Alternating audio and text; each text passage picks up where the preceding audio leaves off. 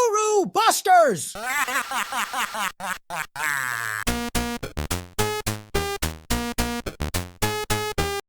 Let's be honest, most of you watching this are probably losing money at trading. You are clicking from video to video, desperately searching for a magic bullet, a secret system that will finally make you rich. And an entire ecosystem of clowns is waiting for you. I'm talking about the Charlatan Hall of Fame, Sports Trading Live, FTS Income, Betfair Trading Community, Trading the Market. These are just a few of the clueless mugs who've somehow convinced an army of even more clueless mugs that they are professional traders. It's a pyramid scheme of stupidity. They teach you these absurd, pointless rituals, not to make you profitable, but to make you feel like a great trader. They give you these fake advanced techniques to execute, so you can sit there clicking buttons, feeling all sophisticated, completely oblivious to the fact that you are just lighting your money on fire with extra steps. And you, the gullible audience, you eat it up. You blindly copy their nonsense because it feels more professional than just admitting you are gambling. The hilarious part is, by teaching these two specific techniques we are about to dissect, these gurus are giving the entire game away.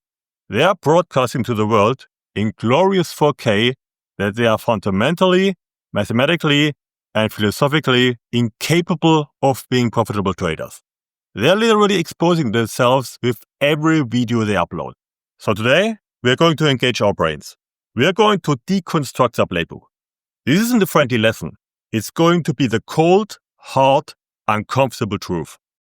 Fallacy number 1, the drip feed charade. Alright, let's start with the first piece of pseudo-sophisticated nonsense they love to peddle. The idea of dripping your stake into the market. You have all seen it. Instead of placing one bet, the guru advises you to break your pathetic 15-pound stake into 3 little 5-pound pieces and patiently place them over 10 minutes. It looks professional, doesn't it? It feels like you are a Wall Street titan carefully executing a massive order. This is a performance, a trading dance designed to make you feel like a pro while you do something utterly pointless. Let me give you the professional's perspective. There are only 2 reasons a real trader ever splits their orders: to avoid slippage and to avoid signaling. Slippage is what happens when your order is so massive it literally eats all the available money at the best price, and you have to start taking worse and worse prices just to get your full stake on. Think a hedge fund trying to dump a 20 million pound order on a horse race 2 minutes before the off. Their own bet is a blue whale in a swimming pool. It moves the entire market. Now look at your stake. Is your 15-pound bet on a major football league going to cause a ripple in the thousands or tens of thousands of pounds of liquidity available? Are the market makers going to panic when your 3 little 5 or 6 screen? Don't be ridiculous. Your bet is utterly insignificant. The second reason is signaling. A large, sophisticated player might split orders to hide their true size and intent. They don't want to alert other sharks in the water that they are building a huge position which could cause others to front on them. So I ask you, who the hell are you hiding your 15-pound bet from? Are you worried that Tony Bloom is personally watching you, ready to copy trade your 3-5er strategy? It's absurd. The professional move, if you actually have an edge, is simple. You see the value, you take the value. You place your full stake in one go and secure the price. End of story. Of course, depending on the market, you might try to get an even better price by offering odds instead of just taking what's there. But the goal is always to get your full position matched quickly before the value disappears. This drip feed nonsense is just another lie in the fake guru playbook, designed for mugs who want to feel smart while losing money. But this drip feed advice is even more dangerous than just being pointless. By telling you to place your otherwise pre-play bet in play over the first 10 or 20 minutes or so, they are throwing you into the shark tank with your hands tied behind your back. You have to understand, once the game kicks off, you are no longer in a relatively stable pre-game market.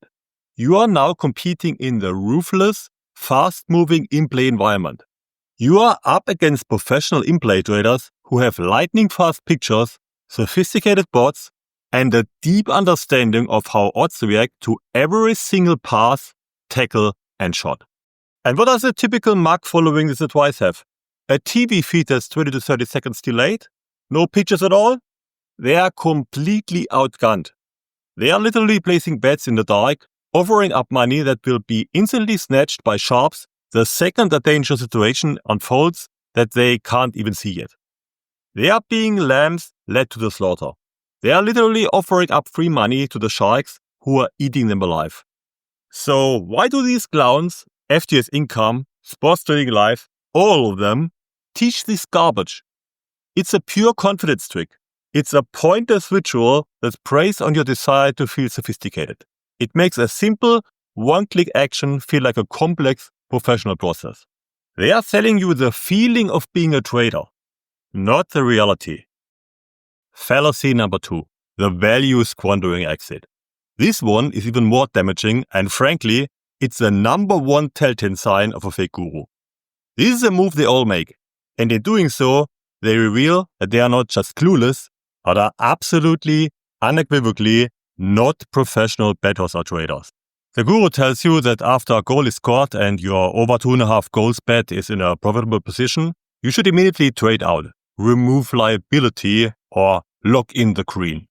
It's a feel-good move, the safe play. It's also, in most cases, a fundamentally value-destroying move. Now, for this to make sense, we have to make a huge assumption. We have to pretend for a moment that you, or the guru, actually found a pre-game value bet in the first place. This is a fairy tale, of course. Most of you mugs just believe following some simple system automatically grants you an edge. LOL. In reality, finding consistent pre-game value is incredibly difficult and requires a massive amount of skill and work, something these gurus wouldn't know the first thing about. But let's say in Fantasyland, let's assume you found a real edge. The market was biased in your favor. Now a goal is scored. Why is trading out now a terrible idea? Because the market bias that you exploited is very likely still there. The same factors and bettors that created the value pre-game are still active. The in-play market isn't a magical truth machine. It's a continuation of the same inefficient market. By trading out, you are placing a lay bet to close your position. You are betting against your original position in a market that is still likely offering bet value on that side. You are literally giving your hard-won edge back to the market. But it gets even worse than that. And this is where we get into the deeper mechanics of these markets. Now, I'm making an educated assumption here, but I'm very convinced this is happening. Of course, we need to do specific research to quantify the exact effect. We are not just giving our edge back, we might be actively leaning into even worse price. Think about what happens in play, especially in lower liquidity markets where there aren't as many professional traders to stabilize the odds. What are all the other mugs doing after that first goal? They are all queening up. They are all flooding the market with lay bets on the over 2.5 goals. This herd of amateur traders, all executing the same scared, value-destroying trade at the same time, can create artificial pressure on the market. This means the lay odds you are taking to close your position can become even more biased against you. The market, already likely offering a poor value lay price, becomes even worse for a short time because it's saturated with all this dumb money trying to exit at once. Now, to be clear, this distortion is probably not a big enough effect to be exploited as a support strategy, especially after commission, but that's not the point. The point is, by following the guru's advice to clean up, the mugs are not just squandering their original edge, they are potentially compounding their error by trading out into a market made even more toxic by a herd of other amateurs doing the exact same stupid thing. You are bleeding money on the exit on top of giving away the value you started with. And once you understand this, you start seeing it everywhere. Every fake guru we have ever exposed makes this fundamental error. They all do it. They all advise this value-destroying exit because they don't understand what value is. This one mistake, this one piece of advice is enough to prove they are charlatans. No sophisticated professional trader on the planet consistently and systematically gives their edge back to the market out of fear. It's a mark of a complete and utter novice who is more interested in the psychological comfort of a small green screen than in the mathematical reality of long-term profit. So what's the professional advice here? Am I saying you should never trade out of a position? No, of course not. That would be just as dogmatic and stupid as the guru's advice to always trade out. Here's the simple, crucial difference. A professional doesn't trade out blindly based on a predetermined emotional rule like lock in a profit. A professional trades out when the act of trading out in itself generates new value. You exit a position if your analysis tells you the in-play market has now corrected, and the current lay odds are either fair, zero value, or, even better, offering value on the lay side. You're constantly reassessing. You don't just react to a goal, you react to a shift in market value. To give you an idea from my own experience, in football trading, I found that situations where I could generate value by queening up or waiting out were relatively infrequent. More often than not, the correct play was to let the original bet run to its conclusion to maximize the edge. Now contrast that with something like in-play tennis trading. That's a completely different beast.